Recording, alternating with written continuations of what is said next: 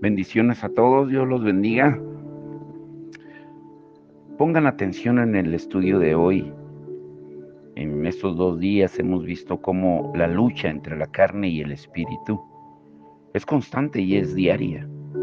Y cómo también el amor testifica de la obra del espíritu en cada uno de nosotros. Pero el enfoque de Pablo en Gálatas 5:13 al 15 no son los falsos maestros infiltrados en las iglesias de Galacia para destrucción del cuerpo de Cristo, sino cómo los hermanos en Cristo debemos amarnos unos a otros para no destruirnos a sí mismos, como lo estudiaremos más adelante. El amor al otro lado debe eh, llevarnos incluso a limitar nuestra libertad, como Pablo explicó a los corintios, cuando les dijo que si un hermano cree que es indebido comer carne sacrificada a los ídolos, deberíamos abstenernos de comerla por amor al hermano, aunque para nosotros no lo sea. El título de hoy es muy interesante: la libertad del espíritu y el amor de Dios. ¿Qué sucede cuando se unen la libertad y el amor? Observemos cómo Pablo conecta el principio de la libertad cristiana con el amor que los creyentes deben mostrar a los demás. Gálatas 5:13 dice, pero no usen esa libertad para satisfacer los deseos de la naturaleza pecaminosa. Al contrario, usen la libertad para servirse unos a otros por amor. Con estas palabras, Pablo nos exhorta a poner límites a nuestra libertad por el amor que profesamos hacia otros. La razón primaria por la que los cristianos necesitan rechazar esta visión individualista de la libertad es porque no es completamente bíblica. En ningún lugar la Biblia habla de la libertad de una forma individual y radical. La libertad bíblica es siempre racional y está relacionada al amor, el amor a Dios y el amor a los otros. Entonces, por medio del Espíritu, del poder del Espíritu, el creyente debe hacer morir todas las obras de la carne. La conclusión o advertencia final de Pablo es la siguiente en Gálatas 5:21. Les advierto, como ya se los he dicho antes, que los que practican tales cosas no heredarán el reino de Dios. En otras palabras, vivir practicando las obras de la carne no es un estilo de vida compatible con la salvación de un creyente. Por el contrario, esa forma de vivir habla de una persona que no es salva. Pero si somos salvos, debemos estar conscientes de que Dios nos dio su Espíritu para empoderarnos y ayudarnos a vivir una vida victoriosa por encima de los deseos de la carne. Ahora escucha esto. Número 1, la batalla puede ser intensa y lo es. Número 2, la batalla puede ser continua y lo es. Número 3, la batalla puede ser intimidante y lo es. Número 4, el enemigo puede ser poderoso y lo es. Y número 5, el enemigo puede estar detrás de nosotros buscando devorarnos y lo está. Y número 6, el enemigo puede ser implacable en sus formas y lo es. Sin embargo, eso continuará solo hasta un día. Continuará hasta que ruja el león de la tribu de Judá. Y entonces todo terminará. Pero mientras tanto recordemos que mayor es aquel que está en nosotros que el que está en el mundo. Como dice Primera de Juan 4:4. Dios nos dio su poder para vencer y no para caminar atemorizados. Nosotros peleamos, pero no como el mundo lo hace. Peleamos de rodillas, conociendo que nuestras armas son poderosas en Cristo Jesús para destrucción de fortalezas, como dice 2 Corintios 10:4. Ahora te hago esta pregunta: ¿qué se requiere para amar como Dios nos amó? Juan responde a esta pregunta en Primera de Juan 4, del 7 al 8, donde él dice: amados, amémonos unos a otros, porque el amor es de Dios, y todo el que ama es nacido de Dios y conoce a Dios. El que no ama, pues no conoce a Dios, porque Dios es amor. De manera que hay dos requisitos para amar como Dios ama: haber nacido de nuevo y conocer a Dios íntimamente. Y vale la pena aclarar que la persona que nace de nuevo hoy no comienza a amar como Dios ama mañana. En 24 horas nadie cambia, porque Dios no puede ser conocido íntimamente en tan poco tiempo. Para amar a los demás como Dios ama, es imprescindible desarrollar una relación con Dios y llegar a conocerlo tal como Él es. Y por esta razón, varios teólogos han mencionado con diferentes palabras que la mayoría de los problemas de las personas se deben a una imagen defectuosa de quién es Dios. Si esa imagen está mal tomada, andará mal. Y si esa imagen está bien, todo andará bien. Esta es una gran verdad. Por eso Juan afirma que para amar hay que nacer de nuevo y conocer a Dios. Muchas personas tienen marcas de nacimiento en el cuerpo, por ejemplo, estoy hablando de las físicas, un lunar, un área pigmentada en la piel, y a veces es posible identificar a alguien simplemente porque tiene una marca de nacimiento que otros no conocen. Pues del mismo modo, el cristiano tiene una marca de nacimiento que lo distingue. Es una marca del nuevo nacimiento y es la habilidad de amar como Cristo amó. Nadie puede amar de esa manera sin tener el Espíritu de Dios. Así como hay muchas marcas de ropa que se reconocen por sus logotipos, el cristiano debe ser fácilmente identificado como tal cuando otros ven en él la marca distintiva del amor de Cristo. En Primera de Juan 3:10 leemos de qué manera el amor por el hermano pone al descubierto la verdadera naturaleza de una persona. Y dice: en esto se reconocen los hijos de Dios y los hijos del diablo. Todo aquel que no practica la justicia no es de Dios, tampoco aquel que no ama a su hermano. De acuerdo con este versículo, no hay forma, no hay manera de ser hijo de Dios y no amar a nuestro hermano. Al nacer de nuevo, Dios pone su espíritu en nosotros y es el espíritu de Dios en cada persona quien cultiva el amor por el otro. En su primera carta, el apóstol Juan desarrolla el concepto del amor que deben exhibir los creyentes, pero deja ver que el mandamiento en sí no es nuevo, y lo hace al afirmar lo siguiente en Primera de Juan 3:11: porque este es el mensaje que ustedes han oído desde el principio, que nos amemos unos a otros.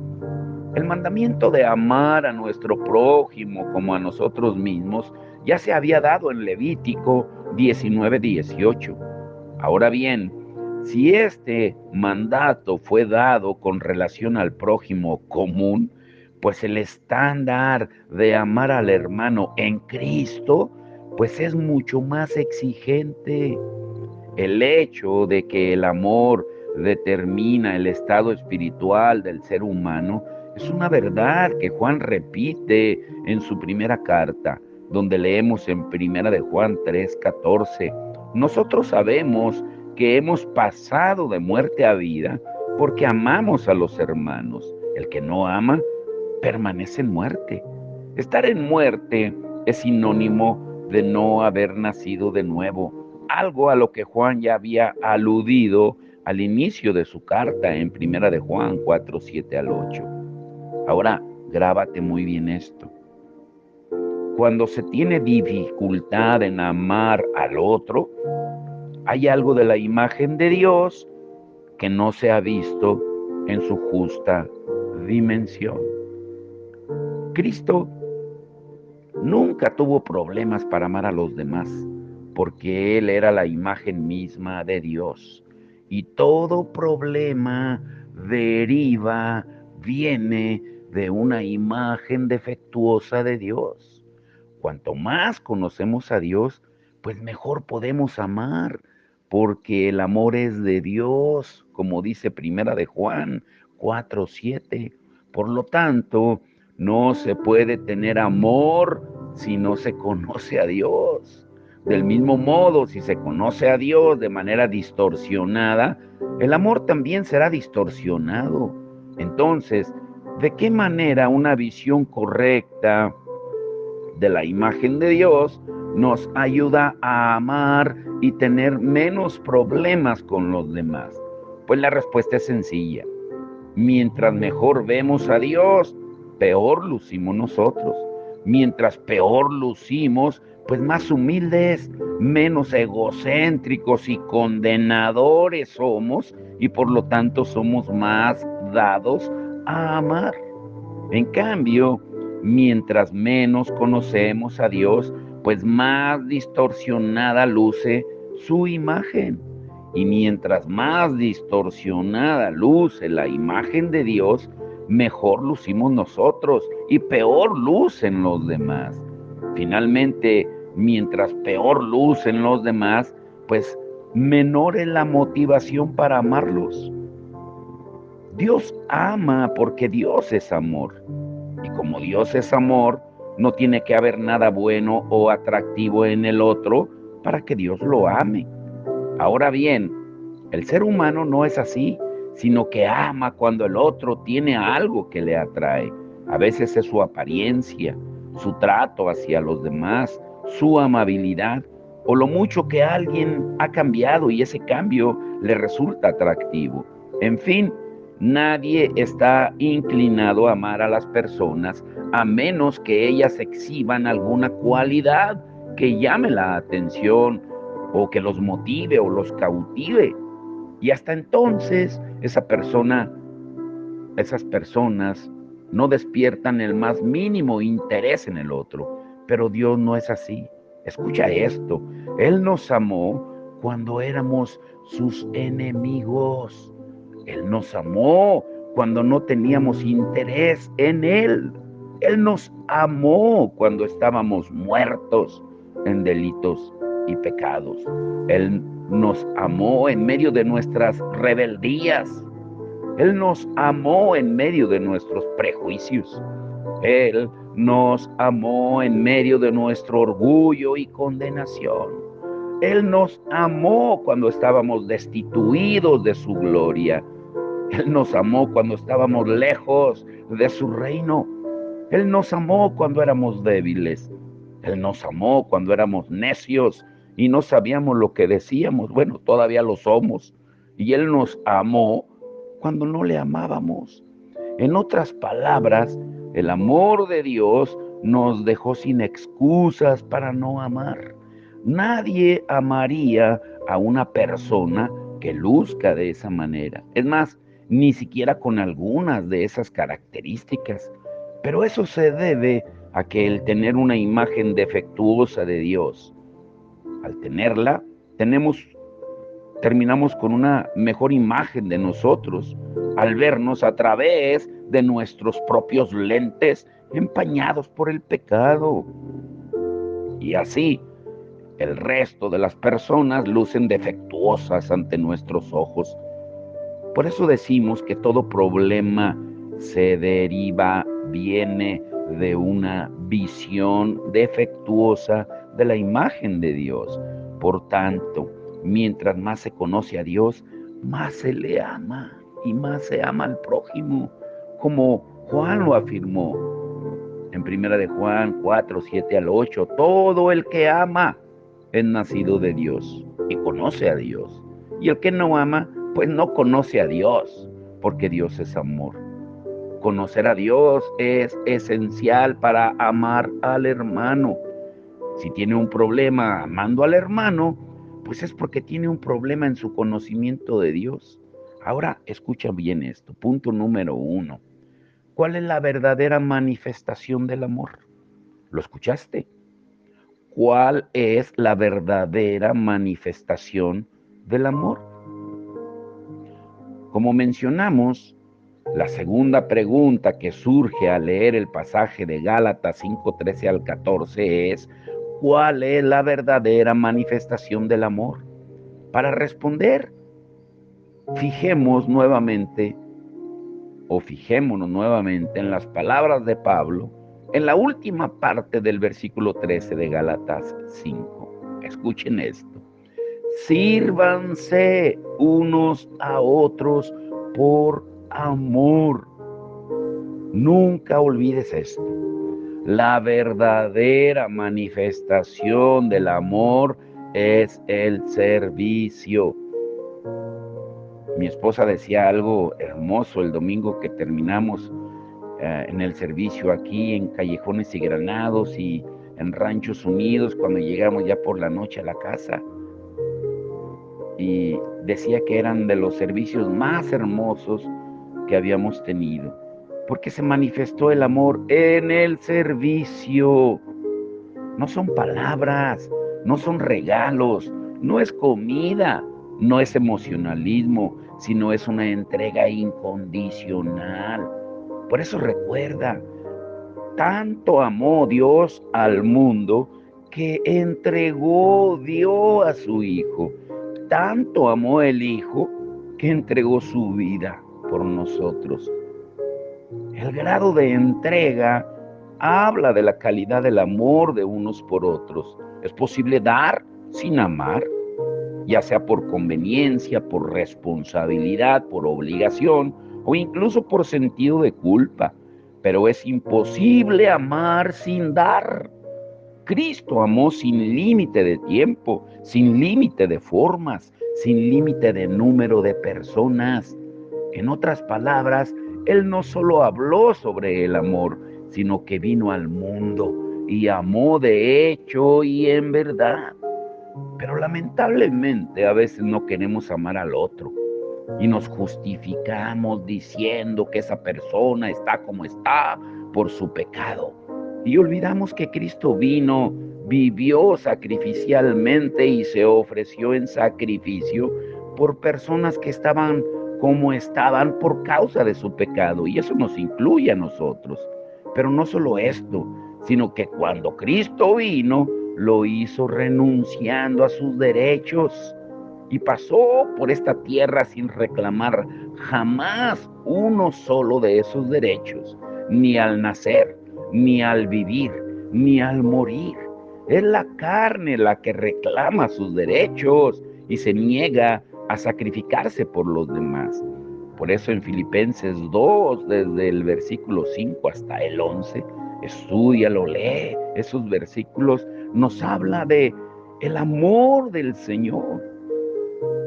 Pablo en su carta exhortó en los Gálatas o a los Gálatas a amarse unos a otros porque imaginaba que era muy probable que muchos de ellos se identificaran con las enseñanzas de los falsos maestros y otros con el mensaje que él predicaba, y hasta tanto se pudiera dilucidar la verdadera doctrina, posiblemente abundarían las divisiones aún entre los hermanos, y eso causaría problemas.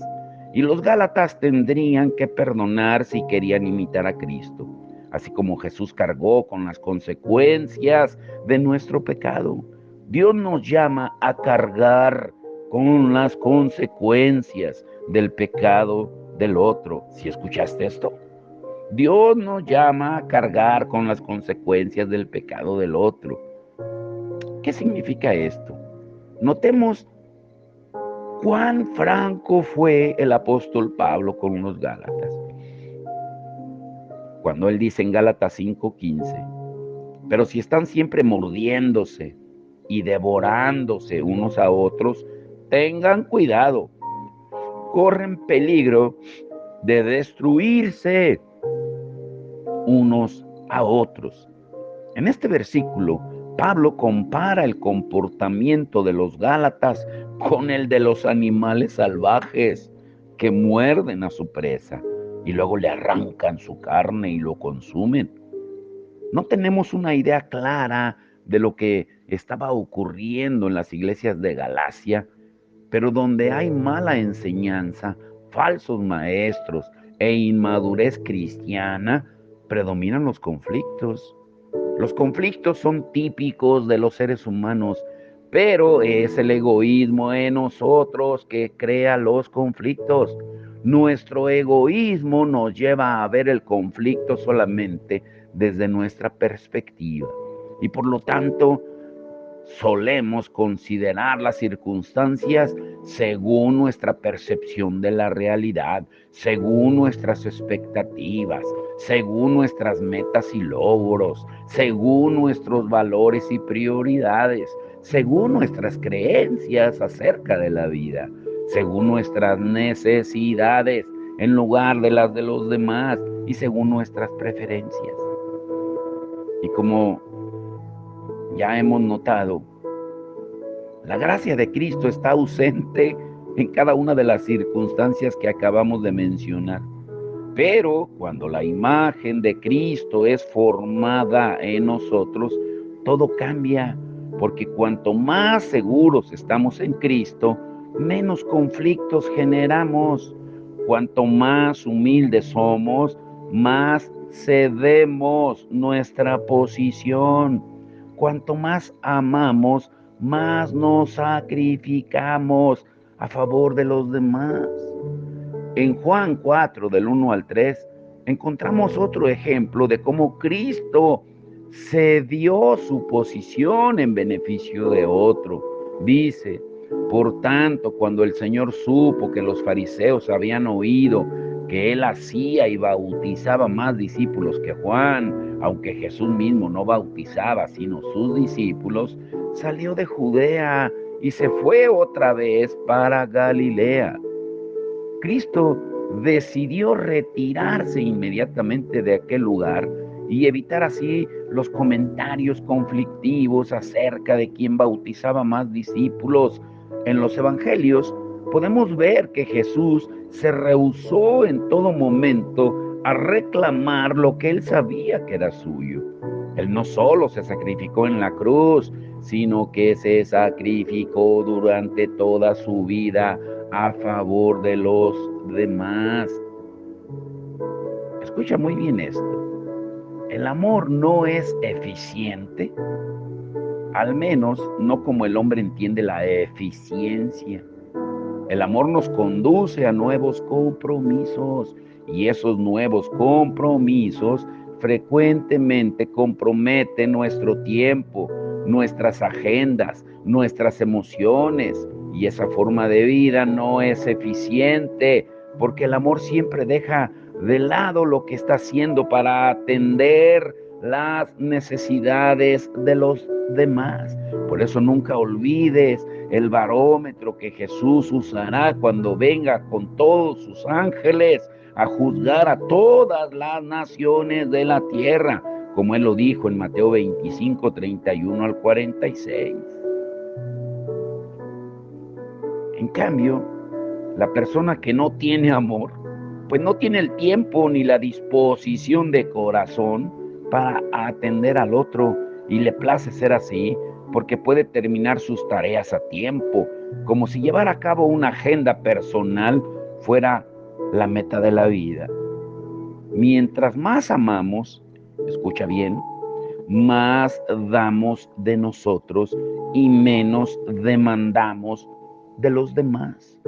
Realmente no damos hasta que damos exclusivamente con el propósito de beneficiar a otro, como Dios lo hizo, que dio a su Hijo unigénito para que todo aquel que cree en Él no se pierda, sino que tenga vida eterna. Este versículo es muy interesante porque a veces nosotros queremos que la gente crea, pero sin dar y sin amar. Y el orden aquí de Juan 3:16 dice que de tal manera amó Dios al mundo, primero amor, y luego dio a su Hijo unigénito. El dar es un reflejo del amor. Y cuando ese amor se refleja, podemos creer. Debemos volver a la raíz. Es un amor dadivoso, centrado en el otro. Ese es el amor de Cristo y por lo tanto el único amor verdadero. Ahora, ¿cuál crees tú? Solo te dejo con la introducción, que debe ser la marca distintiva en nosotros a través del Espíritu. ¿Cuál crees tú que debe ser la marca distintiva en nosotros? Acabamos de estudiar entre ayer y hoy acerca del amor y comenzamos a ver las 9 virtudes que caracterizan el fruto del Espíritu según se enumeran en Gálatas 5, 22 y 23. Y como ya vimos, primero definimos lo que es el fruto del Espíritu con todas sus implicaciones en la vida diaria. Y luego vimos la primera de las virtudes mencionadas por el apóstol Pablo en el pasaje de Gálatas 5, 22 y 23. Y nos referimos y estudiamos específicamente al amor. Esa virtud es esencial para poder desarrollar o experimentar el gozo, que es lo que estaremos viendo el día de mañana. Esa virtud que es tan esencial que el mismo Pablo, cuando escribió su primera carta a los Corintios, escucha lo que él afirmó al respecto. En Primera de Corintios 13, del 1 al 3. Escúchalo bien. Si yo hablara lenguas humanas y angelicales, pero no tengo amor, he llegado a ser como metal que resuena, o címbalo que retiñe.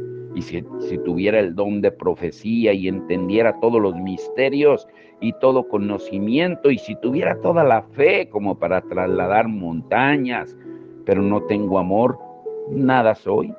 Y si diera todos mis bienes para dar de comer a los pobres, y si entregara mi cuerpo para ser quemado, pero no tengo amor, de nada me aprovecha. O sea, dicho de otra manera, como cristianos, todo lo que hacemos en ausencia de amor pierde su valor. No importa lo que hagamos, la falta de amor anula lo que hemos hecho. Ahora bien, alguien pudiera tratar de justificar su falta de amor por los demás diciendo, es que no me gusta ser hipócrita, no puedo fingir el amor porque no puedo fabricar sentimientos. A lo que Cristo probablemente le respondería, por eso no te he pedido que sientas el amor, sino que practiques el amor. El amor no es un sentimiento, es una decisión. Te pregunto y te quiero dejar con esta pregunta. ¿Cuál debe ser nuestra marca distintiva del Espíritu? Ya estudiamos el amor, no me refiero al amor. Me refiero a la marca distintiva cuando el Espíritu está en nosotros.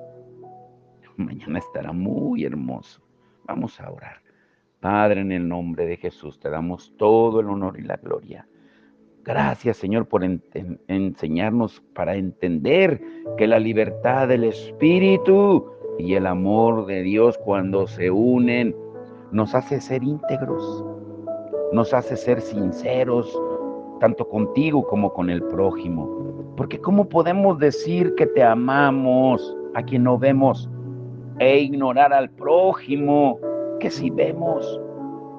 Señor, gracias por enseñarnos que solo a través de tu Espíritu Santo podemos llevar una vida de continua obediencia. Porque el Evangelio se resume en 2 cosas: arrepentimiento y fe, para que tu Espíritu pueda obrar en nosotros y podamos reflejar esa obediencia diariamente a tu palabra, a tus designios, a tus mandatos, a la voz tuya, cuando tú nos guías, Señor, aún en lo que se nos hace difícil de entender. Hoy te damos toda la gloria, toda la honra y que el amor por el prójimo aumente. Señor, que podamos ir con gozo a los hospitales, a las comunidades o a los lugares donde tú nos lleves, a los centros de rehabilitación, en cualquier lugar donde se necesite reflejar el amor, que solo seamos espejos que reflejen tu gloria, tu amor en todo lugar a donde tú nos lleves. Que esa sea nuestra oración hoy en día. Como dijo Juan, que nosotros menguemos, Juan el Bautista, es necesario que yo mengüe, pero que Él crezca. Que de verdad nos ofrezcamos a morir al yo pienso, al yo siento, al yo quiero diariamente en ese altar del sacrificio. Te damos toda la honra y toda la gloria en el nombre de Jesús. Amén y amén.